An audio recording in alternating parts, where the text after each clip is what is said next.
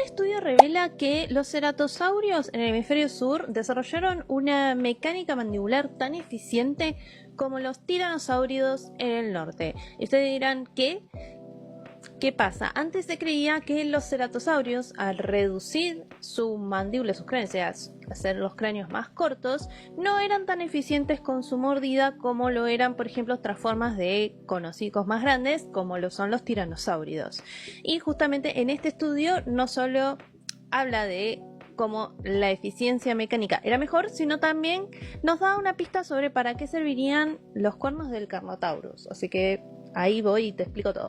Los ceratosauria son un grupo muy diverso de dinosaurios terópodos carnívoros que aparecen en el Jurásico inferior aproximadamente a los 199 millones de años y básicamente sobreviven todo el Jurásico y el Cretácico. De hecho, se extinguen con el fin de la era de los dinosaurios y se caracterizan por tener a lo largo de la evolución de estos dinosaurios, reducir su rostro, es decir, que el cráneo se acorte y se haga más robusto, profundo, en comparación con las de otros dinosaurios como los tiranosáuridos, que tienen cráneos, digamos, grandes, masivos, hocicudos.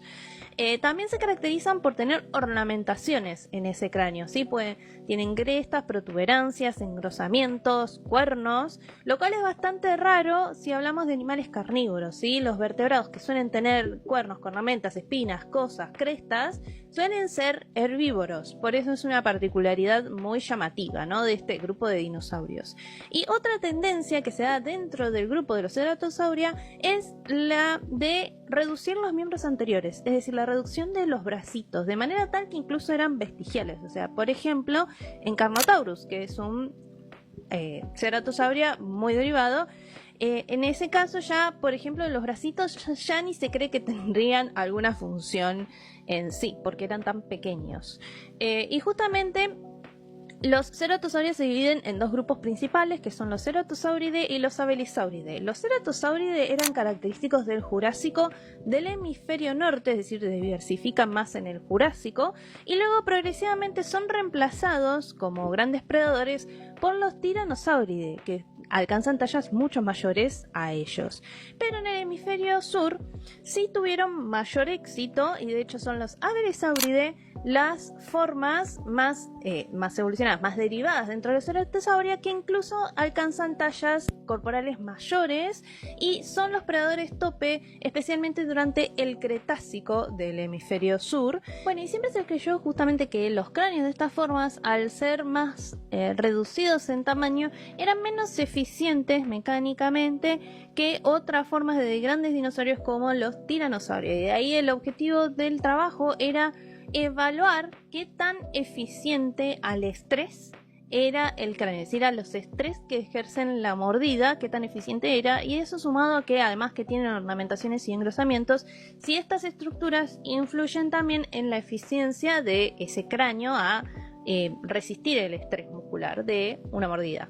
Entonces, para este estudio utilizaron 4 cráneos de 4 especies distintas de dinosaurios, porque eran los cráneos más completos que tenían para hacer tomografías, que son Masiacasaurus, que es este que está acá, Ceratosaurus, que es este de acá abajo, y justo estas dos formas son como más, Ceratosaurus es un ceratosauride y Masiacasaurus es una forma basal de abelisáurido, y dos formas más derivadas o evolucionadas dentro de los ceratosaurios, que son Majungasaurus, que está por allá, y Carnotaurus, que justamente, como dije, se caracterizan por tener los cráneos más cortos, profundos, bien robustos, de hocico corto, con también, como pueden ver, todos tienen alguna estructura en el cráneo, ¿sí? O tienen alguna cresta, o tienen un engrosamiento, o tienen los cuernos. Bueno, en este gráfico que pueden ver acá vemos los cráneos con estos colores, que son básicamente gráficos que muestran el nivel de estrés que podían soportar. Los tonos azules verdosos, o sea, los tonos fríos, dicen que la estructura no es muy buena soportando grandes cantidades de estrés,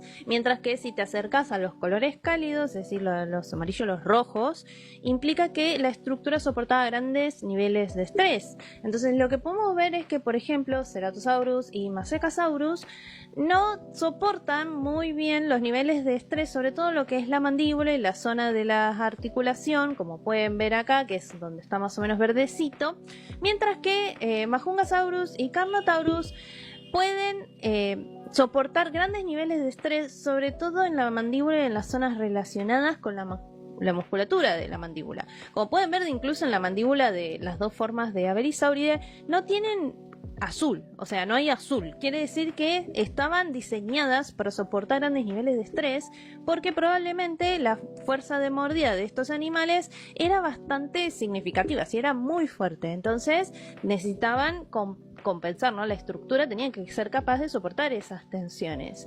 Y también lo característico, o sea, lo que nos está diciendo es que a medida que los ceratosaurios se convirtieron o aumentaron de tamaño y redujeron su largo del hocico, es decir, hicieron sus cráneos más cortitos y robustos, adquirieron mayor fuerza de mordida, es decir, tenían una mejor, más eficiente fuerza de mordida que las formas más basales como Mazacosaurus y Ceratosaurus. Y también tienen que notar, que seguramente vieron, que todas las estructuras craneales, es decir, las que están por arriba, como los cuernos, las estructuras de los que tienen los Avelisauridae, están completamente en azul. Eso quiere decir que en realidad no eran muy eficientes para aguantar el estrés en sí, en realidad que no tienen nada que ver con el cierre de la mandíbula, ¿sí? No son buenos soportadores de estrés, ¿sí? Son azules y en sí no intervendrían en lo que es la acción de la mandíbula tampoco, así que no, es indistinto que estuvieran o no estuvieran en cuanto a qué tanto afectaba a la fuerza de mordida. Bueno, y dirán, ¿por qué esta interpretación medio rara? Bueno, es que se creía que porque presentaban esas ornamentaciones, esos engrosamientos en el cráneo, sobre todo Majungasaurus y Carnotaurus, estos ayudaban en algo a la resistencia del cráneo al estrés, y también se creía que eran menos eficientes, de hecho, con la fuerza de mordida, por tener estas mandibulitas, como pueden ver, que parecen más delgadas y más pequeñas, y por lo tanto no eran capaces de atrapar presas muy grandes. Sin embargo, justamente este trabajo lo que demuestra es que ellos de hecho eran muy eficientes, sobre todo tenían una gran fuerza de mandíbula y sobre todo una gran resistencia de esa mandíbula inferior, así que probablemente eran capaces no solo de tener una mordida muy fuerte, sino de que agarrar a la presa y retenerla. Onda, un bulldog, o sea, imagínense un dinosaurio bulldog. Y eso es irónico porque muchas veces se ha referido a Carnotaurus como el dinosaurio bulldog, el toro bulldog, así que es gracioso porque mecánicamente funcionaría de manera igual. Ellos tenían una gran potencia de mordida, lo que utilizaban para poder atrapar presas y retenerlas en su boca, y no tenías escapatoria básicamente. Entonces, ¿qué implica para lo que es los cuernos, las ornamentaciones? Y bueno, básicamente lo utilizaban para tirar facha, porque era el Cretácico y tipo, imagínense un dinosaurio con crestas, cuernos y todo fachero. Básicamente se cree que utilizaban para la exhibición o para la identificación de miembros de su misma especie. O sea, básicamente exhibición, ¿sí? Como pasa con las ornamentas en los mamíferos actuales. Aunque habría que hacer un estudio para ver si las bóvedas craneanas de estos dinosaurios podían resistir impactos o eran, digamos, eficientes resistiendo ese tipo de estrés, para determinar si realmente podrían haber sido utilizadas de esa manera, aunque nunca vamos a saber exactamente si es que solo eran para exhibición, o sea, se mira nada más, pero no chocaban cabezas ni nada.